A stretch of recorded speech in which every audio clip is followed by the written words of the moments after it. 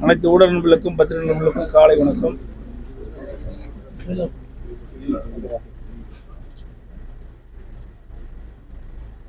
அண்ணன் மலரன் அவர்கள் பொன்மனச்செம்மல் புரட்சித் தலைவர் எம்ஜிஆர் காலத்திலும் சரி, மாண்பு அம்மாவர்கள் காலத்திலும் இருவரும் தலைவருடைய அன்பை பெற்று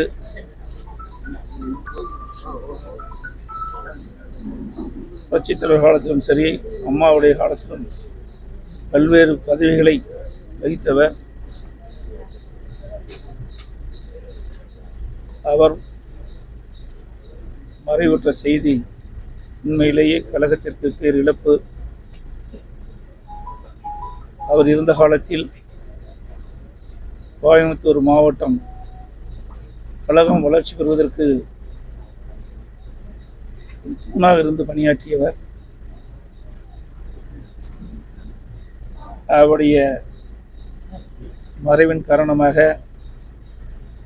அவருடைய குடும்பத்தாரை நான் இன்று நேரில் வந்து சந்தித்து ஆறுதல் கூறுவதற்காக இங்கே வந்துள்ளார். அவர் மேயராக இருந்து பணியாற்றினார். 2 முறை சட்டமன்ற உறுப்பினராக இருந்து பணியாற்றினார். அவர் மக்களுக்கு சேவை செய்து மக்களிடத்திலே மிகுந்த அன்பை பெற்ற மலரனுடைய இழப்பு ஈடு செய்ய முடியாத ஒரு இழப்பாக இருக்கின்ற இந்த நேரத்திலே வருத்தமாக தெரிவித்துள்ளது. அவர் இழந்து வாடும் குடும்பத்தாருக்கும் உற்றார் உறவினர்களுக்கும் நான் ஏற்கனவே ஆழ்ந்த இரங்கலையும் வருத்தத்தையும் தெரிவித்திருக்கிறேன். இப்பொழுதும் அவருடைய குடும்பத்தாரை நேரிலே சந்தித்து ஆழ்ந்த இரங்கலையும் வருத்தத்தையும் தெரிவித்திருக்கிறேன்.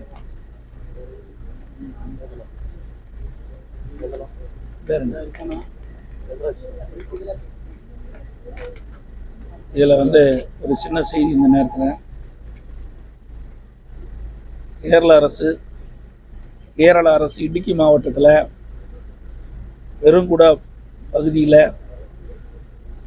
சிலந்தி ஆற்றின் குறுக்கே தடுப்பணை கட்டப்படுவதாக செய்திகள் வந்துள்ளன.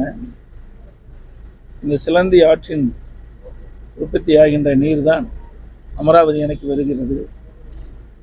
சிலந்தி ஆற்றின் குறுக்கே அணை கட்டப்பட்டுவிட்டால் அமராவதி அணைக்கு வருகின்ற நீர் வெற்றிவிடும். அதில் பாசனம் பெறுகின்ற விவசாயிகள் பெரும் பாதிக்கப்பட்டுள்ளார்கள். குடிநீர் மக்கள் பெரிதும் பாதிக்கப்பட்டுள்ளார்கள்.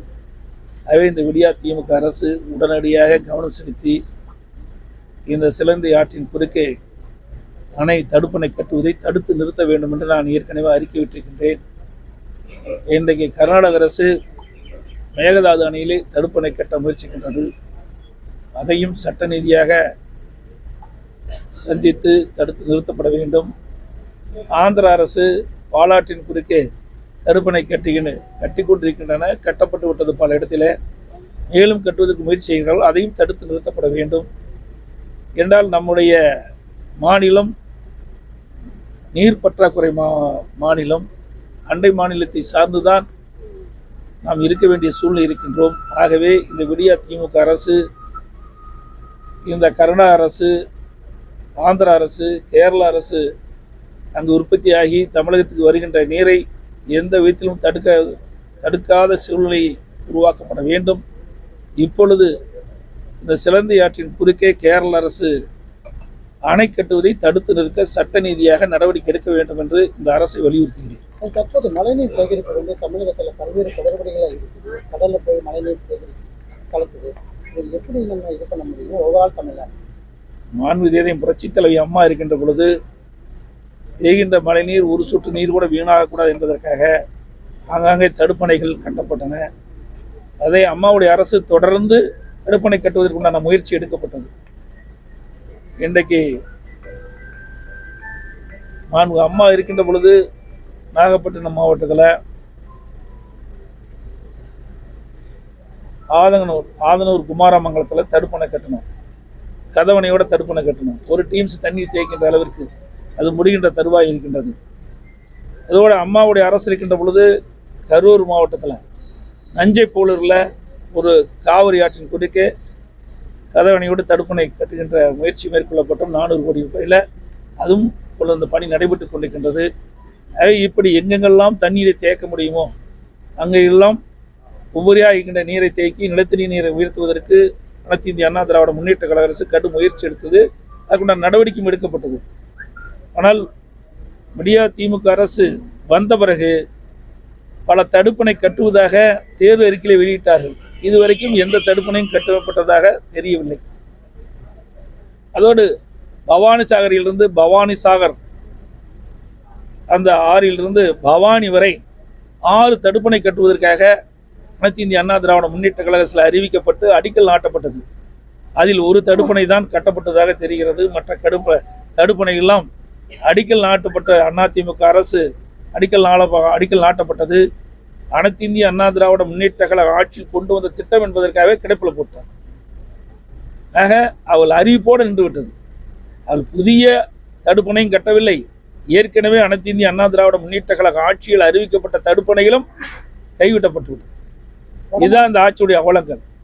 வடமாநிலங்களை பற்றி தேர்தல் பேசுவது ஒருத்தர் 8 தடவை ஓட்டப்பட்டதாக தேர்தல் ஆணையம் கண்டிக்கல. அதே போல அந்த பகுதியில் இருக்கிற மாவட்ட நிர்வாகம் கண்டிக்கிறது. அங்கே மட்டும் இல்லை, இங்கேயும் அப்படித்தான் இருக்குது. தமிழ்நாட்டில் மட்டும் எப்படி இருக்குதுங்க? இன்னைக்கு 2 பேருக்கு ஒரு குடும்பத்தில் 2 பேருக்கு ஓட்டு இருக்குன்னா ஒருத்தருக்கு ஓட்டு இல்லை, ஒருத்தருக்கு இருக்குது. டபுள் என்ட்ரின்னு பல பேர்த்து நீக்கிட்டாங்க. குறிப்பாக அனைத்து இந்திய அண்ணா திராவிட முன்னேற்ற கழகத்துக்கு வாக்களிக்கக்கூடிய வாக்காளர்கள் பெரும்பாலும் நீக்கிட்டாங்க. அது கோவை மாவட்டத்தில் பல ஆண்டுகளாக வசித்து வருகின்ற அவர்களுக்கு ஆதார் எண் இருக்குது, அதே வீட்டில் வசிக்கிறாங்க. அப்படிப்பட்ட வாக்காளர்கள் கூட டபுள் என்ட்ரி நீக்கியிருக்கிறாங்க. பல்லாயிரக்கணக்கான வாக்குகளை நீக்கப்பட்டு விட்டாங்க. ஆக இந்த நடைபெற்று முடிந்த தேர்தலில், நாடாளுமன்ற தேர்தலில் தேர்தல் ஆணையம் செயல்பட்டது ஒரு கேலி கூத்தாத்தான் பார்க்குது. தேர்தல் முடிஞ்ச உடனே ஒவ்வொரு நாடாளுமன்ற தொகுதியிலும் எவ்வளவு வாக்கு சதவீதம் நடைபெற்றது என்று அறிவிப்பாங்க. ஆனால் அதுலேயே மிகப்பெரிய குளறுபடியாக இருக்குது.